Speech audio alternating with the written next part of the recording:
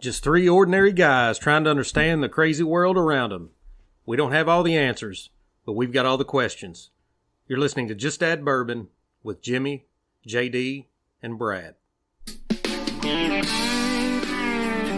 Welcome, everybody, to the Just Add Bourbon Podcast. I'm Jimmy Don Kerr.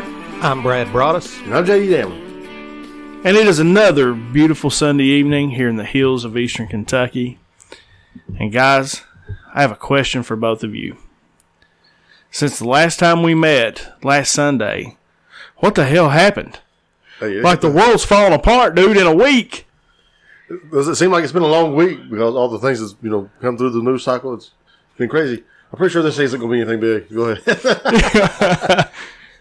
Well, I've got to admit, I said on one of the episodes, a month ago when this first started, that I felt like it was going to be like the swine flu or one of these things that was going to be a big freak out for a week, and then it was just going to kind of fizzle out. And boy, was I wrong. So it's for insane out there right it's now. Crazy, man. I said, and I'd really, JD, hadn't even thought about it like that, but the week was really long. And I guess it was because of all this crazy stuff going on. I mean, I don't know. I mean, there was a lot going on this week, for me personally, but I do want to, for the people listening, I do want them to know that here at the Just Add Bourbon Podcast, we do practice social distancing. Brad and I are okay, but we've got JD in the other room, and that has nothing to do with the coronavirus. No, I'm glad to be there, really.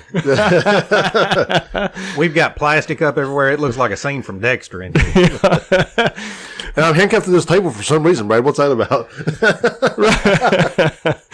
So, I mean, I'll kind of start, okay? I mean, because really what I hoped that we would do tonight is really just have a conversation about the coronavirus, because I got a lot of questions.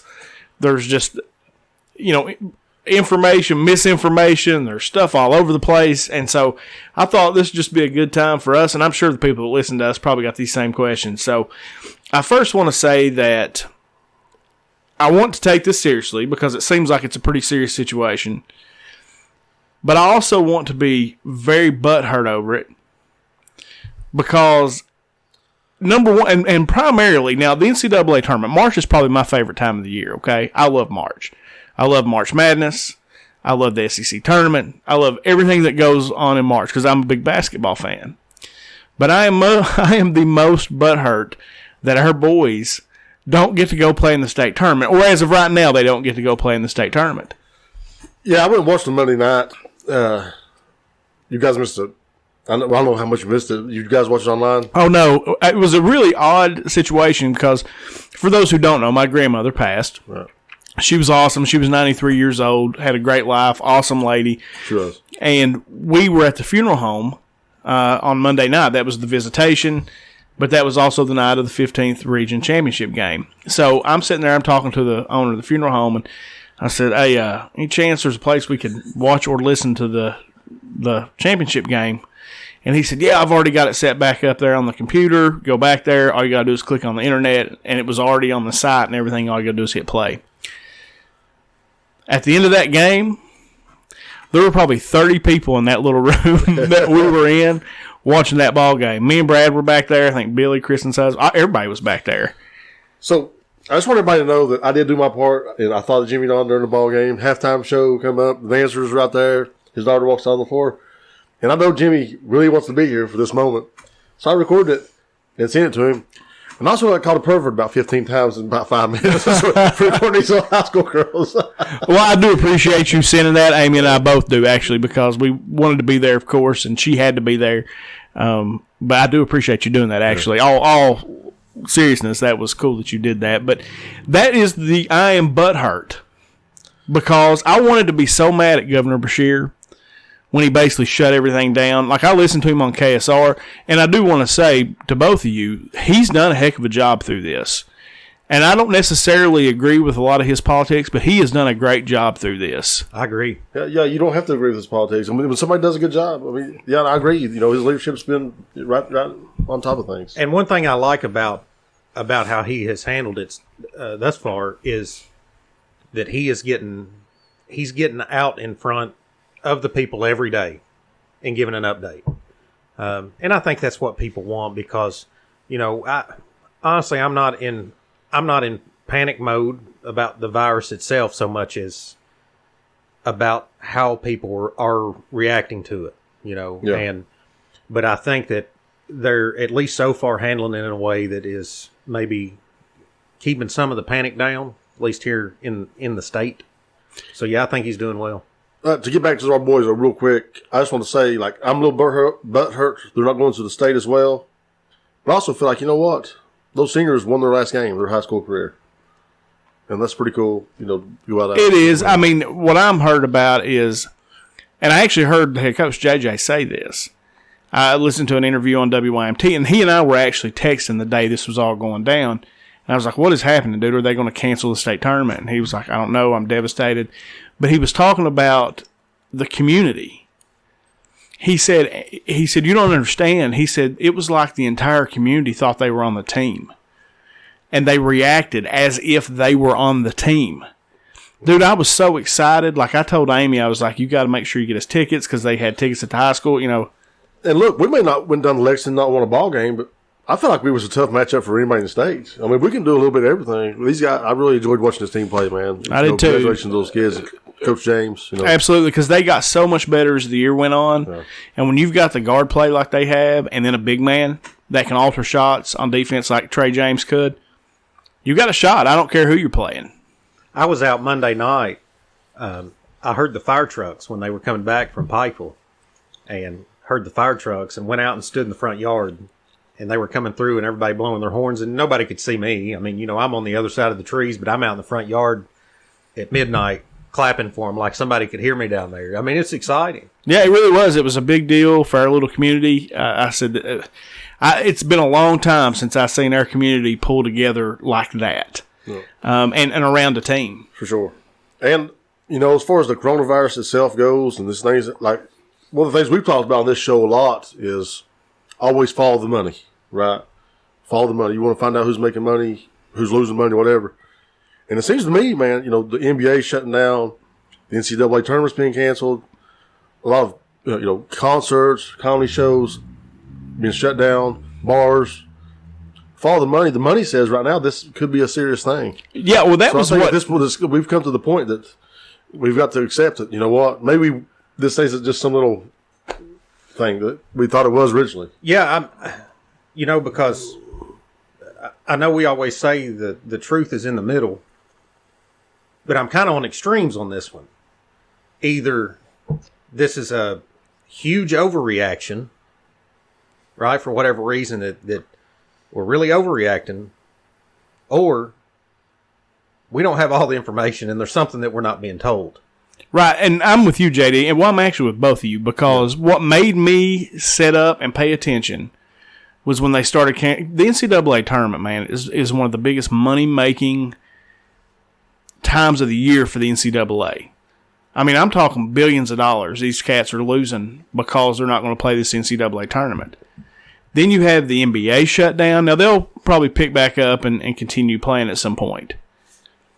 But that's when I stood up and was like, okay, this is something real. Because you're right, JD, follow the money.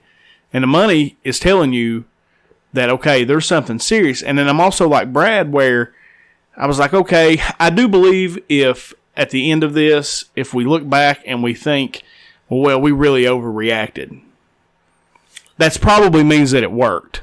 Right. I think that's what I was going to say is that, overreacting at this point is probably the right reaction. Mm-hmm. I'd rather us overreact and get in front of this thing and then do what we've been doing and downplaying it and get behind the ball on it again, because that's not worked definitely hasn't worked for Italy, and it's not going to work here either.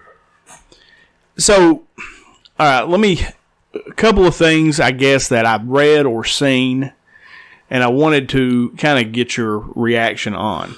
And one of the main things that you see is, well, this is the common cold, which is partially true.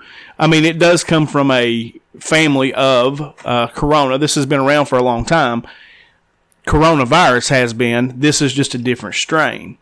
And they'll say, well, this is the common cold, or it's not any worse than the flu.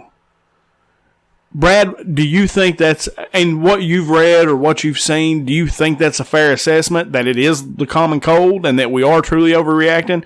Or do you think, hey, this is the flu? Because that's the thing you hear is, what's the flu, man? People die from the flu every year. I don't know. I mean, I don't know what it is, and I guess and I'm not a doctor, obviously, but from what I understand, one of the things that's making it so dangerous is that you can go without showing symptoms while you're contagious. So that might be a reason for, taking all these measures. Because what's kind of been confusing to me, I go back and forth, and I think, well, I'm like you, if we say at the end we've overreacted and nothing big happens, then that was probably the right way to go about it. I'm just having a hard time wrapping my mind around, with the other things we've seen in the past that have killed a lot more people, we never shut anything down. I was talking to my grandmother, and she told me, she said, I've seen a lot of things in my life, seen a lot of wars, seen a lot of these pandemics, different things. And she said, never in my lifetime have they put everything on hold and stopped it. And so I really don't know, because you would think shutting everything down, we're up to, as of today, like 63 deaths, which obviously is a big deal. I mean, you don't want anybody to lose their life, but it doesn't seem like at this point that would warrant shutting everything down. So I don't know. It's a little confusing. Well, that's the part where that's the exact reaction I have is, are they telling us something? Are they not telling us something? Is there a reason they want us all in our houses and isolated? And is it worth losing all this money to do? I don't know. I mean, I just don't know. Well, I think the problem has been, things like the H1N1 swine flu that would kill a lot more people. They knew that there was a point that was going to stop this thing. Got a vaccine developed, be able to stop it. Which that hasn't been the case with the coronavirus at this point, or COVID-19, whatever you want to call it. And it's so communicable, they can't really predict, the space that's going to spread in. Like, you're going to be in an arena and walk out there and everybody's got it. And like you said, your symptoms are dormant for 14 days or something like that before you're showing any signs of anything. So I think that's the panic of it, that you're carrying around this virus for 14 days before, any signs are shown of it. So how many people, like that woman that worked at the Cynthiana, Kentucky, worked at a Walmart, how many people do you think she come in contact with at a Walmart? It's, who knows, And then that's part of I think, the panic.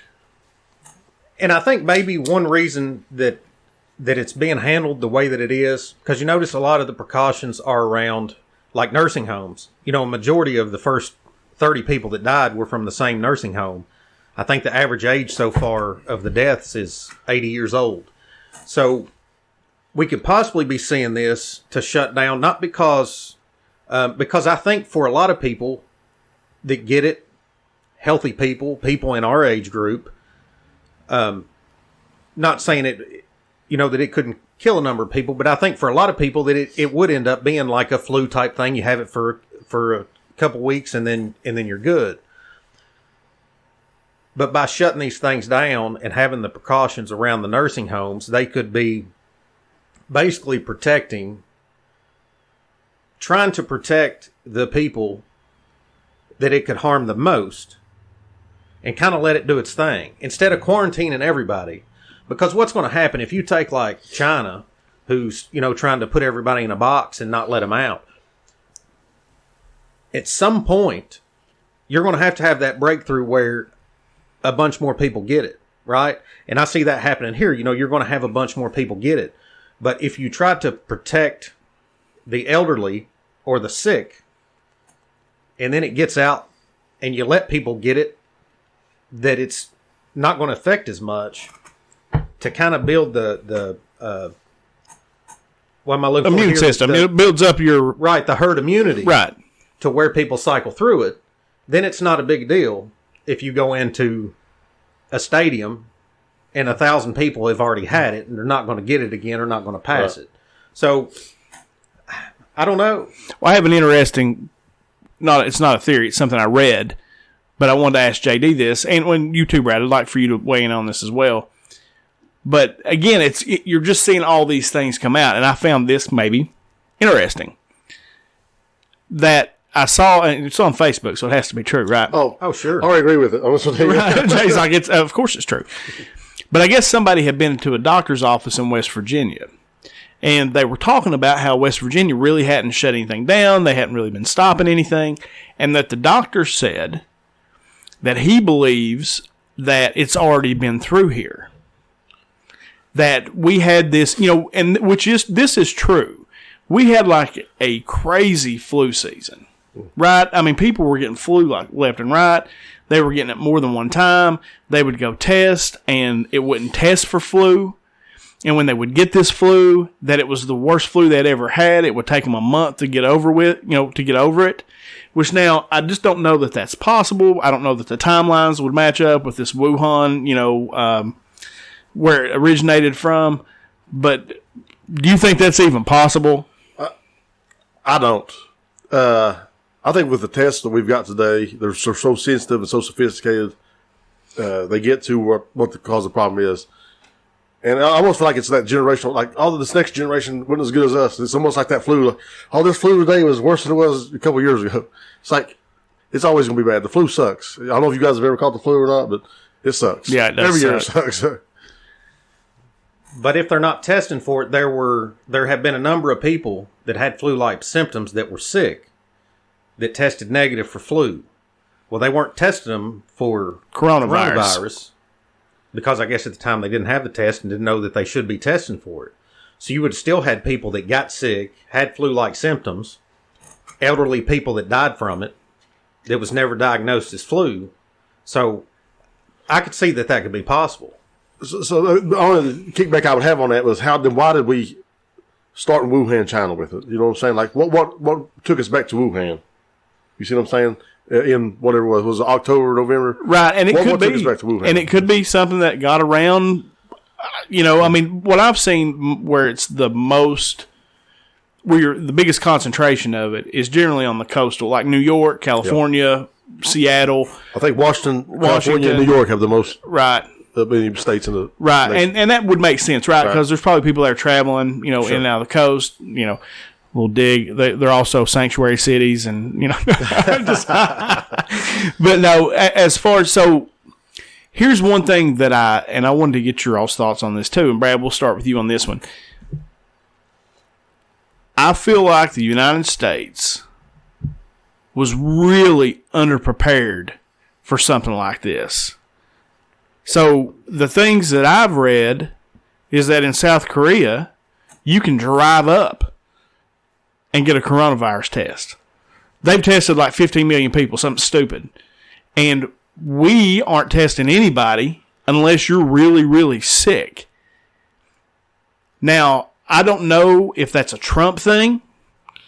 I don't know if that is just the United States itself being arrogant about what we do, and like we have the greatest doctors in the world and virologists, if that's a word, in the world, but we seem to be really underprepared for something like this.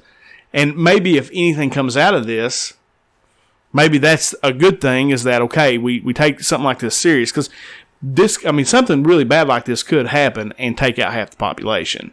Do you think the United States was underprepared when it comes to the test? I mean, like, what do you think? Well, I look at, because you can't really read much and decide if we're prepared or unprepared, because even when you're dealing with the coronavirus, it's a political thing for everybody to talk about this or what we did 20 years ago or who's doing what. I just look at the numbers. So if you look at France, what's going on in Italy, all these people are dying, all this. So the way that it's being handled in China, the fact that we're 2 months into this, is it 2 months now? Almost? In America? Yeah. Yeah, I guess. I don't know, really. And we're at 63 deaths. Seems like we're probably doing something right. I mean, I agree. And I'm going to criticize the president for a little bit, but I'm also going to say this in forward. No matter what President Trump done at this time, he was definitely going to receive criticism. regardless. But there's also real criticisms that he needs to have that are appointed and true. You know, in 2018, when you fire your national pandemic team and you don't hire those people back, you know, these are the reasons you have those people. When things like this happen, a pandemic response team, they were all fired and not brought back because he thought, you know, maybe he was a little bit arrogant or maybe a little bit cocky that this thing was just going to blow over like all the other things have done without understanding. But that's why we had those people, because a virus like this can shut down our economy, you know, pretty quickly. And so have we done a pretty good job? Yeah. I had to say we've done a pretty good job. Could we do a better job? Sure, absolutely. I think we've done. I mean, I will praise and criticize President Trump as well. I feel like he's made good moves. I feel like shutting the borders down, all the things that he's done. He declared the national emergency. I don't feel like he overreacted to anything. I think he was kind of playing the cards that he had. But I do believe, because we do not have enough tests to test people for this coronavirus. We just don't have enough tests, period. Now, they've kicked that into high gear, and, you know, those things will be available, but we had a U.S. congressman, can't remember the guy's name, that couldn't get a coronavirus test because his symptoms weren't severe enough. And, like, I don't know what to say here, like I said, Trump has done some good things, but when this epidemic is brought to your attention, that, you know, you see it in Eastern Europe, you see it in Asia, and you're calling it a hoax when it arrives here, and you're trying to play the political games, I've got to criticize that. Like, there's a time to be the troll on Twitter, and there's a time to be the president, and take command of the situation, and I think he's a month behind that. And I'm glad to see him now stepping up to the plate, doing the things he's doing. But I feel like those things should have been done a month ago. That's all I'm saying, and I think that's a fair criticism. What do you think, Brad? Do you think that's fair? Yeah, I think my one criticism would be, and because I always give him credit for the, whether people like it or not, as far as the gamesmanship and how he puts people into corners with his words and with his tweets, the way he navigates through stuff. I don't think that he handled that part as well as he has a lot of other things when this thing first started.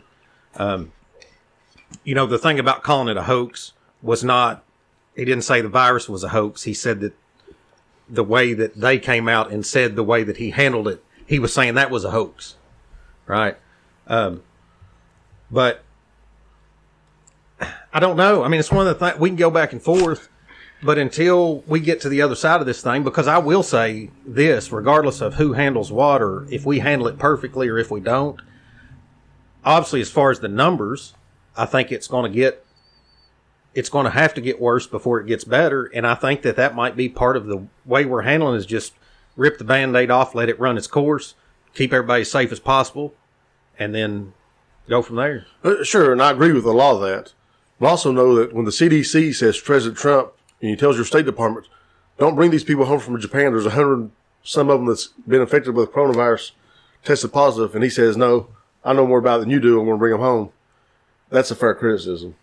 And so, and now here we are, in his defense, he didn't know it was going to be the pandemic that it had become, but to his criticism, he was told that it was going to be.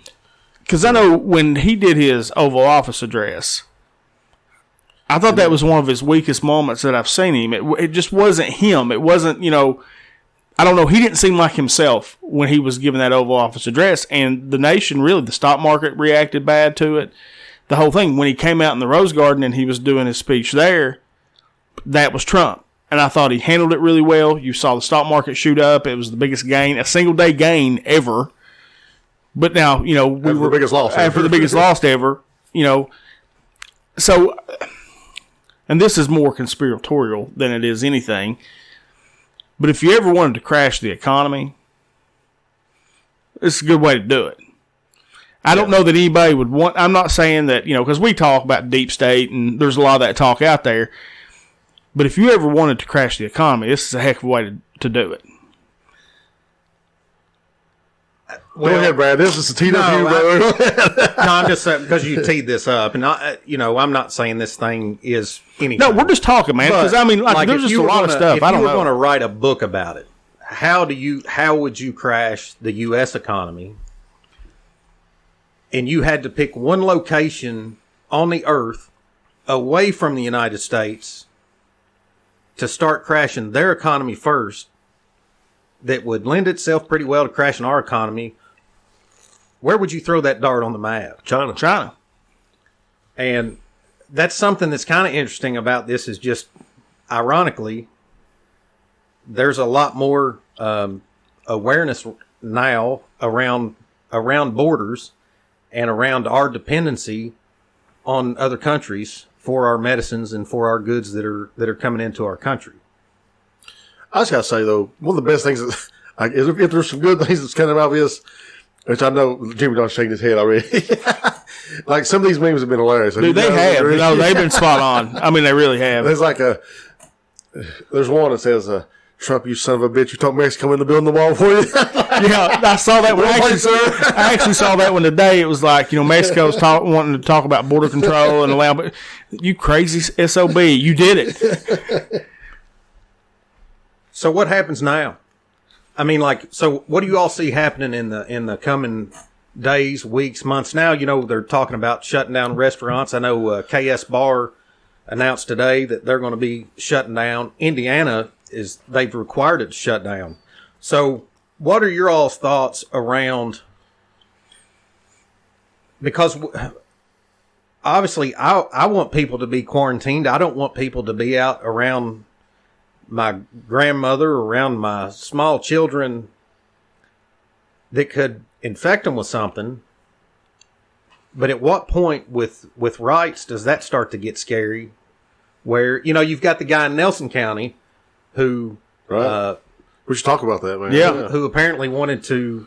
you all might know more about the story than I did. I've just got bits and pieces of it. But apparently he has the virus. Yeah. And they told him he had to self-quarantine. And he said no. And they basically have had his house surrounded. Yeah, they forced him in. So what's the right thing? Is that the right thing? You kick that off for me. Well, in this situation, again, as far as overreacting, right? Right. I think it's a shame that we have to use our resources when we need them in other places right now with something like this going on. The guy should have the responsibility of himself to say, all right, I've tested positive. I'm going to stay in the house and try not to make sure I infect anybody. Right. So I don't necessarily think that we did anything wrong there. It's a shame that we had to do it. I know if I tested positive for the coronavirus, that I would self-quarantine myself. Right, sure. But he didn't want to do that, so now what? Does he have the right to not self-quarantine himself? If I had AIDS, I went and had sex with people knowing I had AIDS. Did I just kill that person?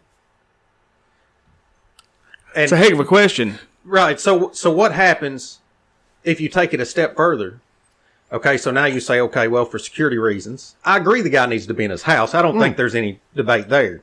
Right. But as a free human being, if he says, no, I'm going to come out of my house, if the police are outside his house now to make sure he doesn't come out, and he comes out, are they going to shoot him? Right. What happens then, and what's that lead to? What does it lead to? I don't know. And that's one of the things I think with the school closings that I would say for the most part that, kids that are running around and are probably would be fine in most cases, would make it through the virus. But one reason I'm okay with them closing the schools down is because you think about these situations where somebody's at a workplace, or I think there was a situation in the NBA in a locker room where they find out somebody's got it.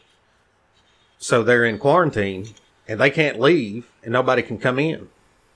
So imagine if your small child is at the elementary school and then they've got to tell 300 parents, hey, your kid's in here, but they're not coming out, and you're not coming in for 2 weeks. What does that look like? Yeah, I mean, where do we start crossing the line of human rights, though, right? Right. Was your original point. Like, yeah. Life, liberty, and pursuit of happiness.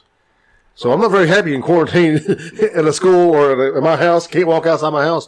But, so do you violate those rights for the greater good of the population? Is a real question, right? Let me ask you this question. So you had the NBA player, Rudy Gobert, that tested positive. That's what led to the NBA suspending their season. He really did.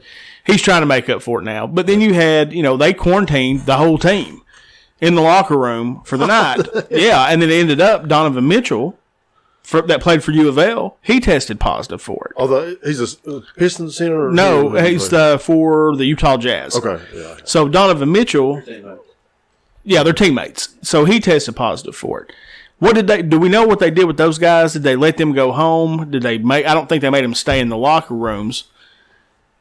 Right? So they probably had to go home and self-quarantine would be my guess. And because that would be the responsible thing to do. I don't know. Now, if somebody was holding my kid in a school, I don't know what I'd do. Give me my kid, I'll take him home and self-quarantine there, but you're not keeping my kid here and I can't see him. That's my initial reaction. Right. And that's why I'm okay with them being out of school, because I definitely don't want to, I wouldn't want to be in that position, because you start telling parents that they can't see their kids, and it becomes a dangerous situation. Yeah, it really does. All right, I got a real life scenario for you guys, and this is not.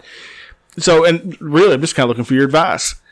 So, with the water department, okay, one of the things that I've read or heard in other places is that if you don't pay your water bill for right now anyway, they're not going to pull your water meters. They're not going to disconnect you for non-payment. We have a decision to make about that.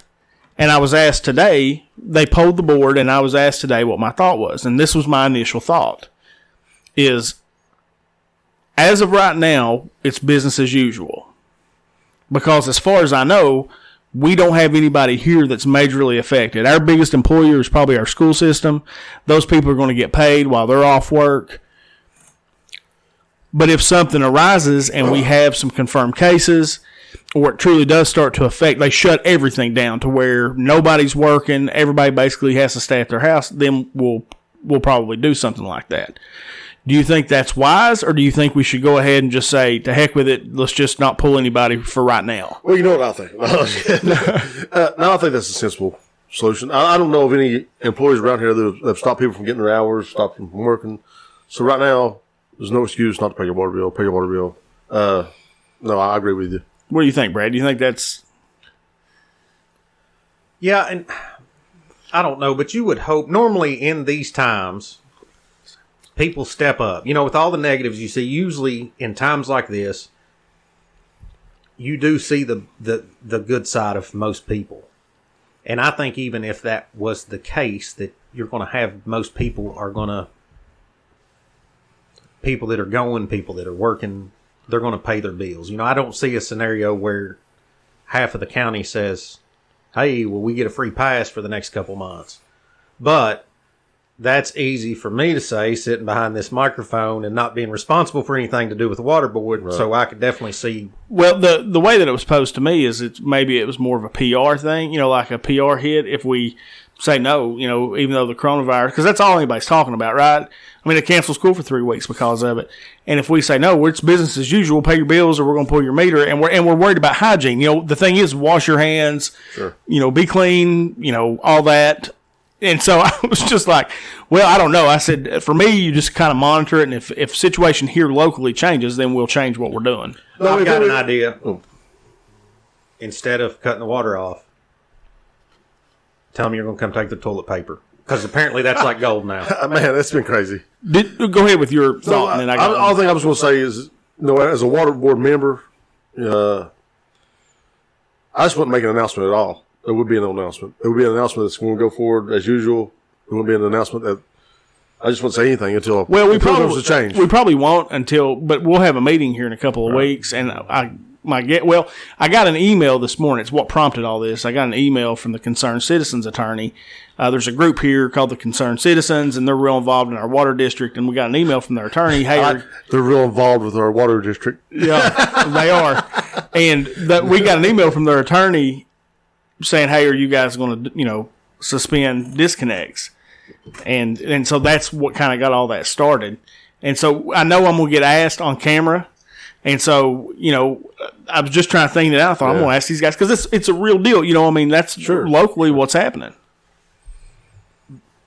But wouldn't that be a situation where it would be reasonable to extend that to people who had been affected in some way, like if their hours were cut or lost their jobs? Yeah, So I don't know that it should be a free pass for everybody, but if, go ahead, JD. Well, I was going to talk about Kevin Durant. Did you all see what Kevin Durant's doing, which I think is awesome and amazing? Did you guys see it? The Kevin Durant's doing? I saw Zion Williamson was going to pay for the staff. Yeah, Zion Williamson. So these are people who really are being affected. Like, the guys that are cleaning the courts, doing concession work, all these things. There's when a basketball franchise shuts down, those are people who are losing their livelihoods. Not only the basketball players, but the blue-collar workers who are making things flow behind the scenes. And, to see Zion Williamson step up and do something like that, man, I thought that was awesome. That restores my faith in humanity. I think it's awesome. And I really want there's a lot of, with everything being shut down, like the town I'm from, you've got EKU, which has got tons and tons of employees. And even if they're paying the professors, I'm sure if it's shut down for any amount of time, they're not going to be able to pay everybody else. And I think a lot of those positions now are contracted through a third party anyway. So there's going to be it's going to put a lot of people in a bad position. Yeah, there's going to be some fallout. Next couple months. Sure. Yeah, for sure. Another thing about kind of to backtrack to the NCAA tournament part of it that's really surprised me is I'm not surprised at all that they say we're going to postpone the tournament. But you would think if the dates that they're giving us, like for high school baseball, got a message the other day, hey, we can't practice until April 11th or 13th or whatever the date is, which makes sense. But the NCAA tournament, you would think they might just, you're talking about something that just lasted a couple of weeks, that they would say, okay, it's been postponed indefinitely. We're going to try this later. I think the logistics of it are the part, because they schedule those buildings out ahead of time. And then when sense. It's just like the boys' Sweet 16. We were talking about our local team. They're not sure when Rupp's available again to be able to do that for, to have the actual tournament. One of the highlights of my year every March is the NCAA wrestling finals, the tournament.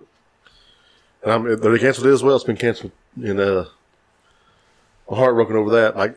I like Spencer Lee, those guys, man, from Iowa. But Austin Dos Santos, all those guys. But this year don't get it. Coronavirus done took them out. But it's been crazy to see the economic impact that it has had already. But we're just seeing it right now. It's just getting started. So 3 months down the road, it's interesting to see how things are going to be shaking out. Yeah, well, Friday night, we went out to the movies. I had a, crew with me, and there wasn't really anybody there. Went across the street, had some dinner. It's normally packed. Wasn't really anybody there. I ordered out last night, went to pick it up at our local pizza place, pizza stop. Normally slammed. Walked in, wasn't nobody really there. So, and that's who I'm most worried about. These big corporations will survive, right? The NCAA, they're going to survive. The NBA, they'll keep playing. They'll survive. All that stuff will survive. Pizza stop. But these small businessmen, the small business, those are the people who, they probably make it. No, I'm not going to say they make it month to month, but it's not like these big corporations. And that's the part that's scariest. Because a lot of things you can do virtual, just like, college. They're going to have virtual classes. They already do that anyway. I can do my job remotely. So if I get quarantined, I can work from the house. It's, I can't. No, you're stuck either way, right? But, the other thing that it's going to bring to pass, which I think is interesting, is all these things that they tell us you have to go and do this, like college, for example. College tuition's insanely high these days, right? Sure. And they're getting ready to prove that they can do everything virtually. And so what's the point of building all these big new buildings? Now, with that said, it's like the idea of, not having cashiers at Walmart and, checking yourself out and all that. There's something, the college experience is probably one of the greatest experiences of my life. being on campus and, just that life. There's something to be said for that. But they're getting ready to prove that you don't have to, you can do this virtually. You can do it through your computer. And there's going to be a lot of businesses that happens. They're going to figure out how to do things virtually.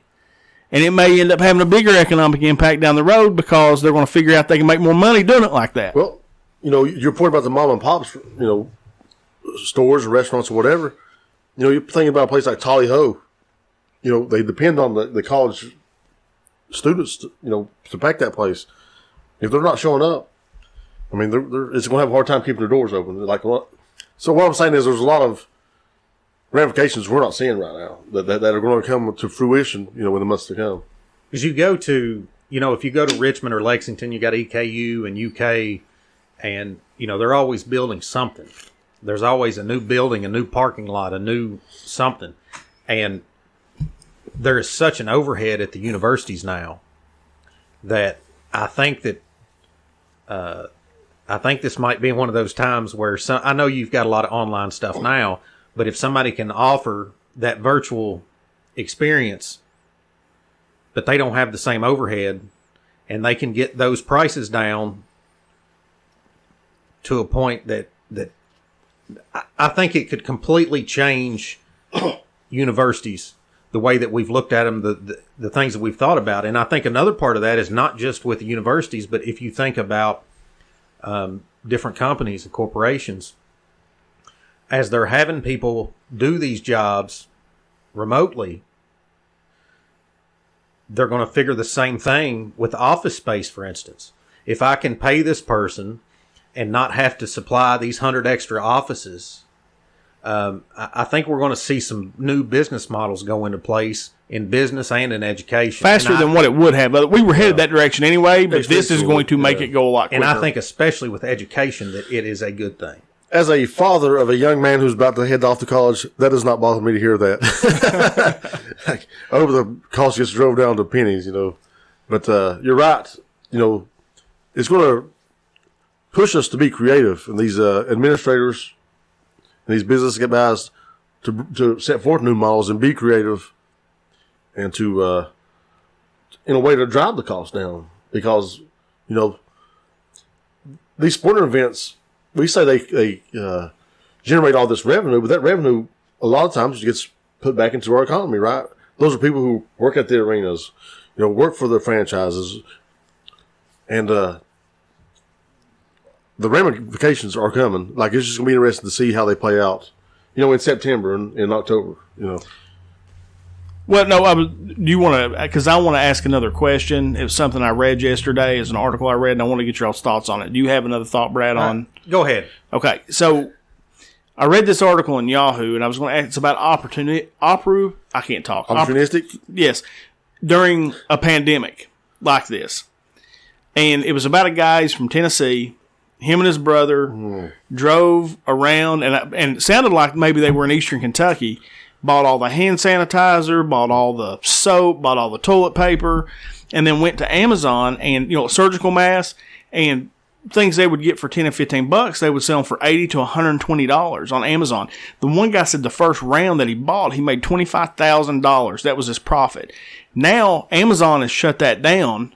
So has eBay, where you can't sell those, those particular products for a big profit like that. And now this guy was acting like we should feel sorry for him because he's stuck with 17,000 bottles of hand sanitizer. So I was interested in your all's thoughts because in one sense, that's what business is. It's trends, it's catching the niche and capitalizing on that. But is that the right thing to do during this kind of situation? No, I don't think it's the right thing. And I'm confused. Maybe I'm confused on the story because I thought I saw something earlier that they were like going and actually taking the stuff out of the storage buildings they had it in. They had done that because they had put some stuff back. But this particular story, these guys drove around and it said small, rural, bought up everything. Yeah, I mean, I think price gouging in general, and especially in this situation, is bad. Now, I don't see anything wrong with if somebody's seeing a little farther than everybody else and gets out ahead of the curve a couple days, a couple weeks, and buys some stuff up and makes a few extra bucks on it, I don't see a problem with that. Now, if you're selling $100 worth of stuff for $1,000, then yeah, I think that's a problem. So there's two different scenarios that I want to make sure I'm articulate about. A few years ago, when I lived in Georgetown, we had a ice storm come through, and it knocked out a lot of people's electricity. And so some buddies of mine drove up to Cincinnati and bought a bunch of generators. They came back and sold them for double or triple their money. And I didn't have a bit of problem with that. What these guys have done is, during a pandemic, went and bought surgical masks and hand sanitizer and soap and charged these people double, quadruple the price. And to me, I have a huge problem with that. To me, this is life or death, a lot of these situations. These people, I'm the girl I went out with last night, who I got some news about, she works in procurement for a nursing home, and she's having a headache, just a crazy time trying to get the things she needs for surgical masks, gloves, for the medical field that she's in. And we got these guys that are out here trying to profit on people's misfortune when it's a life or death misfortune. And to me, I'm not cool with that at all. Yeah, and I agree, but I think it'd be the same with generators.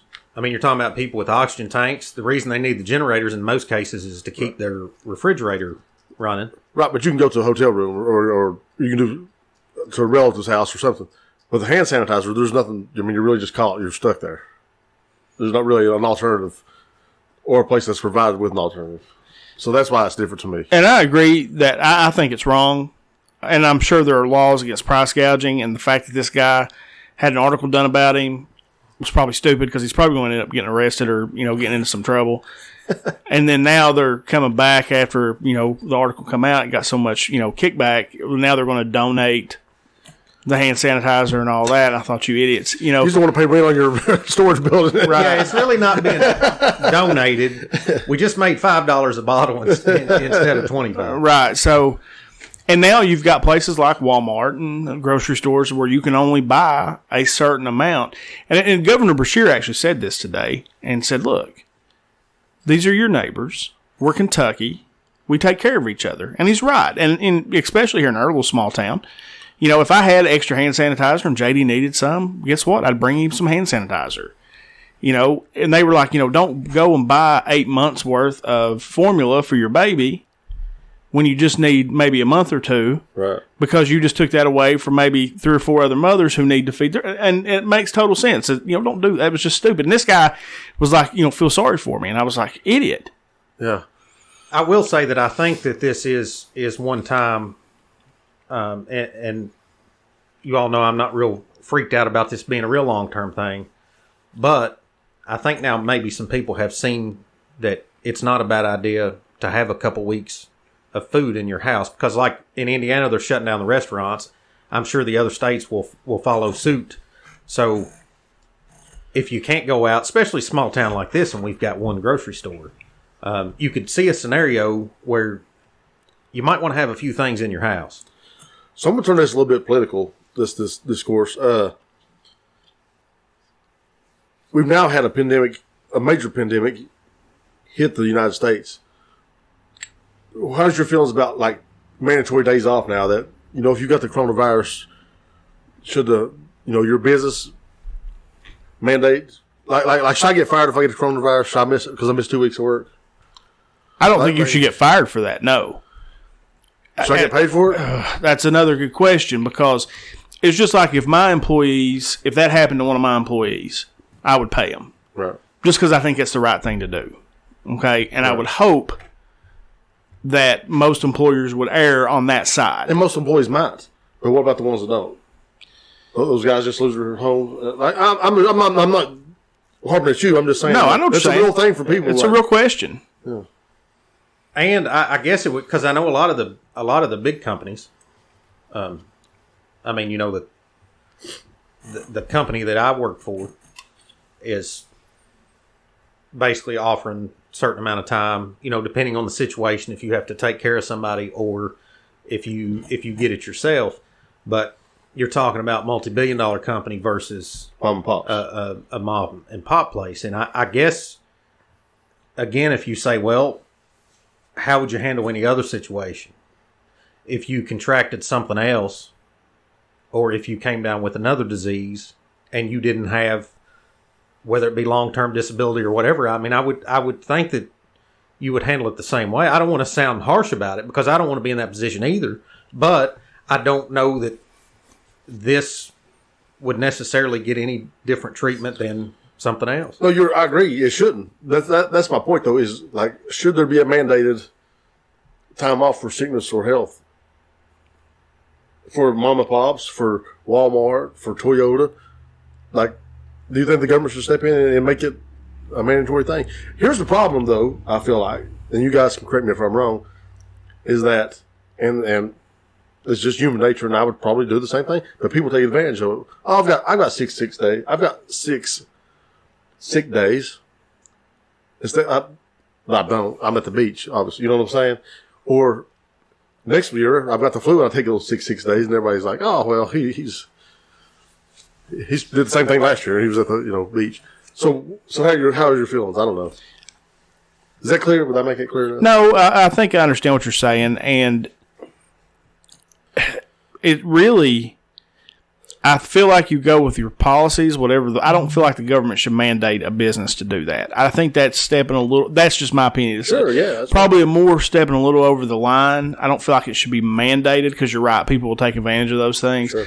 And the biggest expense for any employer is health insurance and their employees. Those are the 2 biggest expenses. Much more than the product that they sell, things like that. Those are the 2 biggest expenses. And if you mandated that, that could be a major, major smack to a small business. Again, there's a difference between a corporation and a small business, sure. A true small business, where it's probably not going to hurt. If enough people did it to a corporation, it'd probably bust them too. Right. But with a small business, man, if you had to do that, it'd be a hard lick. I don't know that necessarily I would think it. I would have to think on that a little bit more. Yeah. But my initial thought is I don't feel like it should be mandated. Yeah, because I don't like the federal government or the Commonwealth mandating really anything that has to do with a small business or anything else. And again, I know it's you say that here, but then if there's a big outbreak, then you want somebody to come in, as the savior and fix this stuff, and that's where it gets twisty. But I don't know. That's a fair question. It's a good question. I mean, I just feel like this is one of those things that's really brought light to that situation. Like, what do you think? Did you say? Oh man, I don't know. I'm the same way as you guys. I really know. I don't like overregulation myself. I just don't. But I also feel the need that if I get the flu, I need to be able to stay home for 4 days and get over that. And I'm not packing it on to my coworkers and making everybody sick. But I can't afford to stay home for 4 days and not get paid. So I don't know. It's a tough situation. Yeah, because you take a small business that has, say you got a small business that has 10 employees that work in close confinement. So you have 8 of them. If one of them gets it, then you're probably going to have 8 or all 10 of them get it. So you're a struggling small business owner. You've got 10 people and you can't replace them because you're barely making payroll as it is. In that case, it would be actually cheaper to make sure they stayed home and pay them rather than lose all your workers. I've had the superintendent of mine. I've showed up at the coal mines and he'll send me home. You're sick. Go home. I'm going to pay you. Don't worry about it. I don't need you here getting everybody else sick. And that was just him being, forward thinking. That wasn't a policy. That was just, but I don't know, man. I don't know if that should be a regulated thing or not. I don't know.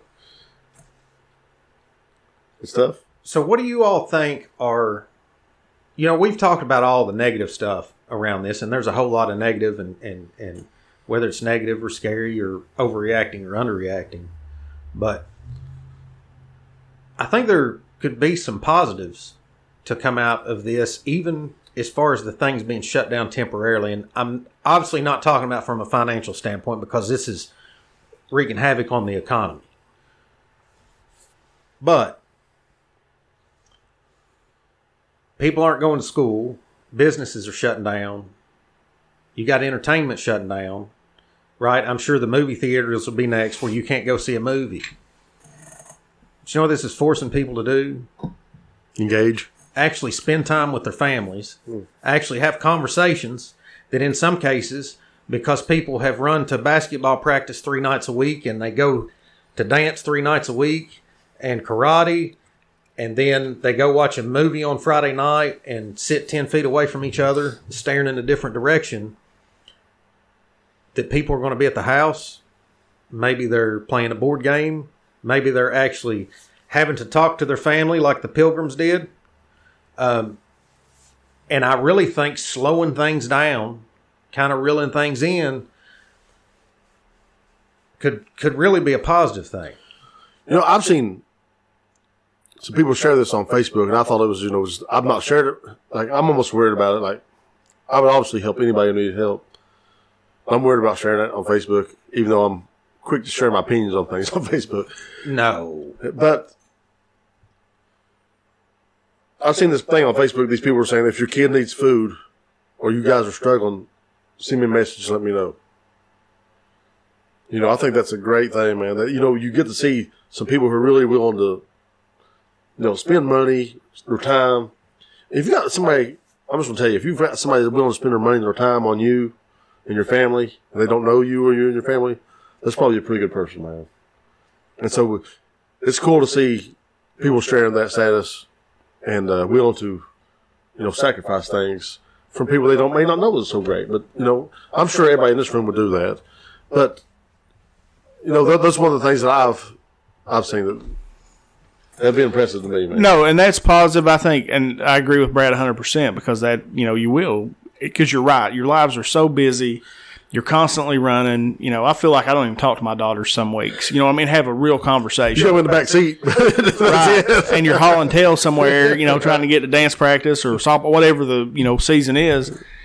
And you barely get to have a conversation. I probably talked to my kids more this weekend than I have, and, you know, really actually got to have a conversation with them. Talking about the coronavirus, actually, you know, because they're a little scared about it, you know, and rightfully so. And, you know, they're young and, you know, it's kind of scary.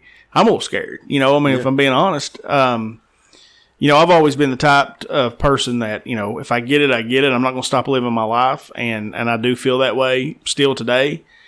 But it has definitely made me pause. And I think one of the other positives that could come out of this is as a country, we get better prepared for something like this. Yeah. Because there have been situations in the past where the Black Plague or, you know, whatever comes across and it kills half your population. Because I'm being dead serious. The fact that you sent us an article, there was a lady on a cruise ship that was from Kentucky that to this day has not been tested. Yeah. We had a congressman couldn't get a test done because his symptoms weren't severe enough to find out. And in one of the richest countries in history, for us to not be prepared for something like that, and I'm not necessarily saying it's Trump's fault. I actually agree with JD on firing the CDC people. But I don't know that any president put in this situation would have had any different success with the testing because we just weren't prepared for it. And if it does anything, is that maybe it gets us prepared for this in the future because this is maybe this is not the one, but there will probably be something like this someday that actually is that severe that could wipe out half our population, and we better be ready. Something else that I think is going to be positive, and, you know, this is something Jimmy Don and I have talked about for 12 years now. But, you know, I love sports. Don't get me wrong. I mean, that was my life till I was 20 years old. I love sports. I like a good movie. It's like everybody else. But, you know, I've always felt like the one thing that kept men from becoming elite was the distraction of entertainment. Right? Like we talked about on an early episode that, you know, you've got guys that cannot tell you what is going on in their local politics, the things that are affecting their kids at the local level, with the school board, with whatever. They have no idea the things that are affecting their own family. They completely ignore it. but they know what Pete Rose's batting average was in 1974. Yeah. And you get the same thing with entertainment. Well, right now, the bread and circus has been removed. So this could be a good time for people to take a step back and reevaluate what's going on around them, and I think that's a positive thing. No, I'm 100% on board with that for sure. And you're right. Sports, not only local politics, but even the national level. It's election year. People need to understand who they're going to vote for. You go cast that vote, you need to understand what that person stands for. So, yeah, it's a good thing. That is a good thing that's coming out of this. Yeah, no, I mean, there's a lot of negatives, but I think you'll see the best of people, neighbors helping neighbors, things like that. I truly believe that, and that's a good thing, too, to remember who we are. That we're all in this together at the end of the day. Hopefully the politics will subside. There's still been some of that, nonsense. Yeah. But, on a basic level, on a community level, I think that's a positive, too, is that you're going to see, like you said, JD, with that post, if your kid's hungry and you have trouble, let me know. Oh, quick shout out. I don't know. Like, this has really impressed me. But Hillbilly Hibachi, did you guys see that? I actually was going to bring that up. Yeah, man, it's awesome. They got all these kids out of school in Hillbilly Hibachi, whatever town they're in. You bring your kid there, they're going to feed them for free. Adam Brown, shout out to you, brother. Awesome job. I hope more businesses follow suit. But way to be a leader and way to care about people. I think it's awesome, man. Yeah. So we're pretty close on time. Is there anything else we want to get into? I mean, the coronavirus has dominated the whole week, and obviously we've been able to sit here and talk for an hour about it. So I just want to share my news, man. What's your news? So I've got a girlfriend now. What? I'm off the market. I know you boys ain't ready for a relationship. JD, no, I was not counseled on this, and but good for you. I'm not ready for you to be dating anybody seriously, but I'm. You're not alone, Jimmy. I put Eric Beaudry, who does our Facebook and Instagram accounts. He was like, "JD's got some big news." So I had a couple people text me. He said, "Are you pregnant?" I was like, "Yeah, but I'm having an abortion." Such a Democrat. But I do got a girlfriend. I'm off the market. Amanda. She lives in Knoxville. She's UT graduate. She's very cool. She's hot. And excited to see good for you, man. Yeah. Good. Congrats. Amanda, question. How does that work now? Is it official until you change your status? Yeah, have you changed your status on Facebook yet? Like, you got to do that? Yeah, you got to make it Facebook official. Surely, if I put on a podcast, it's podcast official. That's got to be official, it's right? Just Add Bourbon official, baby. It's official. That's right. It's official. So I want to share just a little funny story. And JD got a kick out of this the other night. I don't know. It was probably, 11:30? Oh, yes. And I texted JD. We talked a little bit last week. I've discovered Game of Thrones, right? And one of the great things about that show is you just never know who's going to die. And I swear to you, JD, I did not see that coming. And Brad's watched it too. So you thought it was just a wedding, didn't you? Yeah, I thought it was just a wedding. And then Robb Stark and Lady Stark both died. And I texted JD and I said, Robb Stark and Lady Stark? No! Yeah. I was like, what is going on? I love this show. And JD said, you're into it now, man. You're full on into it. So if you haven't watched Game of Thrones, that was a spoiler. I'm sorry. But so we're going to talk about, hold on, I want to talk about this for a minute. Because I want to know where you're at and what's going on. And at this point, I don't care about spoilers because you know what? Shame on you if you haven't watched Game of Thrones. So where you at? Like, what's going on with you? All right, so hold on. Where's Jamie at? Jamie is now back. He's now back in King's Landing. So, what do you think about that situation? His hand getting... Oh, his hand. That was crazy, too. I wasn't expecting that either. And that's why I asked you last week. I was like, what's Jamie doing? Yeah, no, I wasn't expecting... He's got the iron hand now. And, Tyrion is my favorite character, by the way. Man, he's the dude. Like, I really like him. Like, he is... Like, here's the thing about that show. What's Tyrion doing? Tyrion just married Sansa. And okay, oh my God, you're going to text me tonight. So, and then the woman that Tyrion loves is now, they're basically going to ship her off, I guess, wherever. But okay, that is the best show, man. I swear. And I told JD, I said, I promise that the next time you tell me that I have to go watch a show immediately, I will. Yeah. Because I think I watched 2 other shows before I got to Game of Thrones, and JD kept asking me, would you please watch Game of Thrones? and I promised JD the next time I will absolutely watch whatever.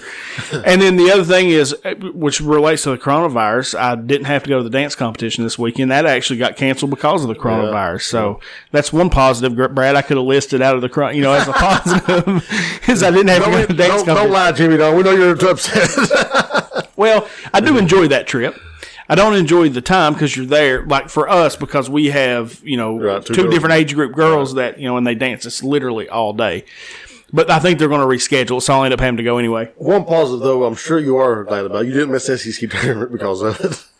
No, I didn't. But I have enjoyed, Twitter can be fun. You'll see that that's the content I'm there for. These different guys are saying, Cats won today, Nick Richards, it's just been funny things like they were playing the games. I've enjoyed that content. And, people will get aggravated. And that's one other thing I do want to say is I actually got a criticism last week on the show because of a hashtag I put on our post. Joe Biden. No, yeah. And I want talk about that, by the way. I want people to understand that when I do those hashtags, that I literally type in the name and whatever has the most trending pops up, that's what I put in. And if I offended anybody by putting that on there, I sincerely apologize because I dealt with the whole dementia thing for the last couple of years with my grandmother. So I know what it is. And if it offended someone, like my first reaction, if I'm going to be totally honest, was like, are you kidding me? Get over it. Don't take it so seriously.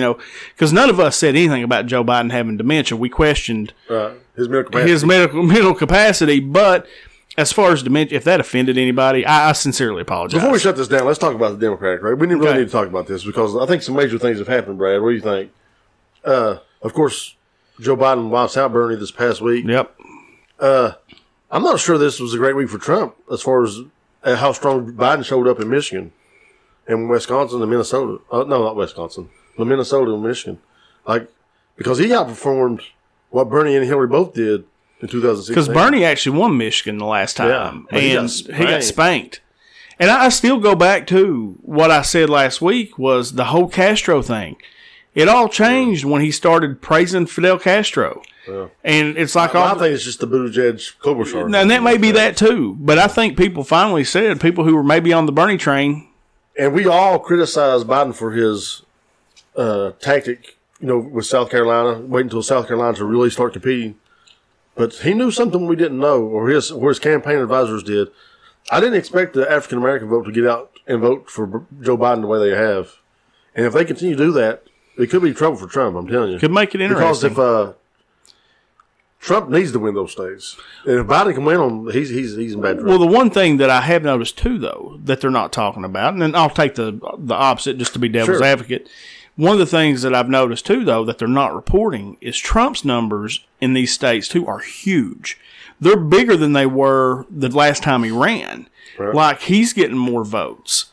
And so I think it sets up an interesting showdown because Biden has performed way better than I thought. I'm still not convinced that he's going to win and they're going to go to the Democratic National Convention and they're going to question his mental capacity and they're going to put somebody else in. I'm not totally convinced that won't happen yet. And again, maybe that's my just conspiratorial brain. But I think it will set up an interesting showdown. But with Biden's gaffes, the way he gaffes, because he's doing it all the time. Yeah. And that really does concern me as a presidential candidate. I'm going to be really interested to see who his vice president nominee is. I think really that's what this thing is going to come down to is who he picks as his running mate. Because if you pick somebody strong, then Trump could be in trouble. This is not going to be no blowout. I can tell you that right now. Just based on his performance in Virginia, Michigan alone, because those are two states Trump has to win. I will say right here on this date, you can make fun of me after the election, but I'm going to lock this in right now that it will be a huge landslide Trump against Biden. I think it could get interesting. Like, I think it really could based on his performance. But what people aren't talking about is how well Trump's doing. Trump is blowing out numbers that he didn't have last time, too. And not only the numbers, but these are places where he's uncontested, which normally, if there's nobody running against you, people, there's not as big a rush to get out and get to the polls if you're not running against anybody, where if you've got Biden versus Bernie, those people, they definitely want to get their vote in, so they're going to go to the polls. Well, here's one thing I think that Biden has working in his favor that Trump doesn't have, is one, Trump doesn't have anybody working against him, so his true numbers are probably what they're going to be in the fall. So we know what those numbers are. Bernie's supporters are going to go vote for Biden because they want to vote against Trump.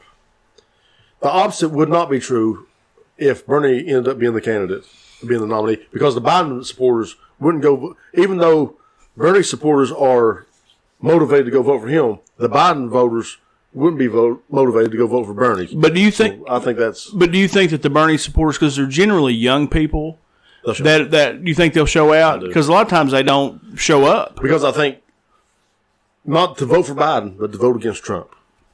That's what I think. I mean, we'll see. Well, I've said all along, and I don't care to lock this in either. I've said all along, I think Trump will blow whoever the Democrat nominee is out, and I think that the Republicans take the House back and strengthen their hold on the Senate. I mean, based on everything that's gone on. Because here's what, and again, we were kind of talking about what's coming ahead.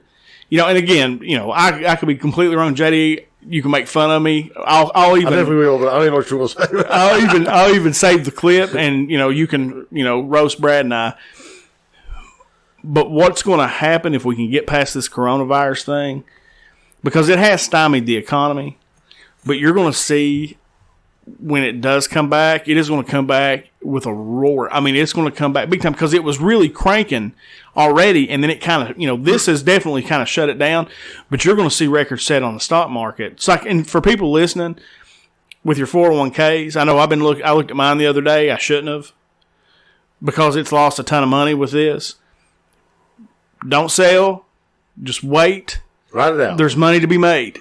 Right. And I think it's going to come back. Well, I'm going to lock this in.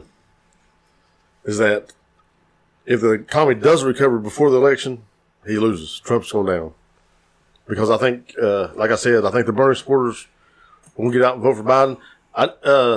Winning in Alabama, in Tennessee, in the primaries as a Democrat doesn't impress me. But when you see the numbers that he's cranking out of Virginia and Michigan, and they haven't got to Florida yet, I don't think, but I expect they're going to follow suit. I think it's going to be interesting. I don't think it's going to be no blowout. I'm excited to see this. So yeah, that's fine. I really have a hard time believing that Biden will be the candidate on Election Day. I actually do too, man. Because I really question, what's going to. Because really, man, he has had a lot of gaffes, man. He doesn't know what state he's in, which that could happen to anybody. That happens to rock star, because you travel so much. And he is a 70-plus-year-old man. That could probably happen to anybody. And I don't know if it's going to be something that, something weird that happens at a brokered convention or whatever. And I don't know all the inner workings of how that would work, but I could just see something weird because it was like everybody dropped out at the same time. So all their money is going to go to him. And then they endorse him. And I don't know. Do you think he was the best person on that stage? I'll put it that way. No, I don't. Of all of them, when I listen to him talk, and like I said, I've never been a huge Biden fan anyway, but I don't think he was the strongest candidate on the stage. I feel like there were stronger candidates. But, all right, so before we wrap this up, because these are, it wouldn't be the Just Add Bourbon podcast if I didn't bring up some conspiratorial things. And so, I meant to bring this up during the Corona talk. I actually have another coronavirus question I want to ask you before you give away. It was a couple of things that I noticed. I was looking at all the states, because one of the things I think that will be interesting. Well, what I think will be interesting is there's only like 12 states that have really shut things down. Okay. And that's us. Kentucky is one of them. Ohio, West Virginia, I guess, recently has. There was some talk that they hadn't done anything, but I saw something on a list that maybe they had shut schools down, at least. But out of the ones that I looked at, and I just wanted to see which of those states that have really reacted to this and really made a big push had Democratic governors. And it's like 10 out of 12. There's only 2. Ohio's being one. They have a Republican governor. And then West Virginia would be the other one, if that's the case. And so I thought that was interesting from a conspiratorial standpoint. There may be nothing to that at all. So you're thinking the Democrats just have more insight than the Republicans do? Could be, man. I mean, well, no, I mean, but really, it could be on this particular case. I thought, well, that's interesting. And then I think it will be an interesting case study if, there's 50 states, you've had 12 that haven't done anything, 12 that have done things, the others have not. Like, what happens in the days to come? Like, why aren't these other states reacting like the states that are shutting things down? Why aren't they doing the same thing? I think that'll be an interesting question as we go forward, is what happens in these other states. And that'll also determine the overreaction too. Was it a huge overreaction? And again, if you want to get really deep into conspiracy stuff, was this a plot to bring Trump down? I don't think so. Personally, I try to. My mind is conspiratorial to begin with. I'm one of those people. I almost always go to what might be interesting because I find it entertaining, I guess. But I think that'll be an interesting takeaway. What was your question, JD? My question is about masks. We see people out in public now wearing a mask.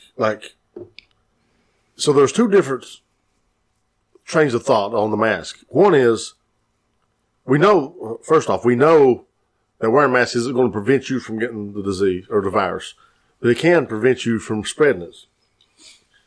So, but we also know that these hospitals and nursing homes and medical facilities are having a hard time getting these things because the general public is buying them up. So do you feel like it's more responsible to wear a mask in public, even because you could have the symptoms up to 14 days without ever knowing you have the virus? Or do you think it's better to wait and let the people who are dealing with this virus have the mask? I think it is, based on what I've heard, and there is a great Joe Rogan podcast with that guy, and he's apparently an advisor to Trump, and that was actually really interesting, just about viral diseases to begin with. I put that on the Facebook. It was a really good one, but I think it's more important that the healthcare providers have them. I agree. What about you, Brad? What side of the fence you come down on? Yeah, I mean, if it doesn't keep you from getting it, and most people that are wearing it don't know if they have it or not, right? I mean, I guess what I'm saying is if you've got it, you got it, you shouldn't be wearing a mask because you shouldn't be out in public anyway. So, and what they say, the argument is, though, is the 14 days that you don't know that you have it. Well, and they say that the ones that, like the basic surgical mask, doesn't really do anything. It's the one that you'll see them wearing like factories that actually close off everything around you. Those are the ones that actually are effective, and those are the ones that are harder to get. And those are the ones that the people who are working in the hospitals truly actually need. And our healthcare providers, everybody else will be off work.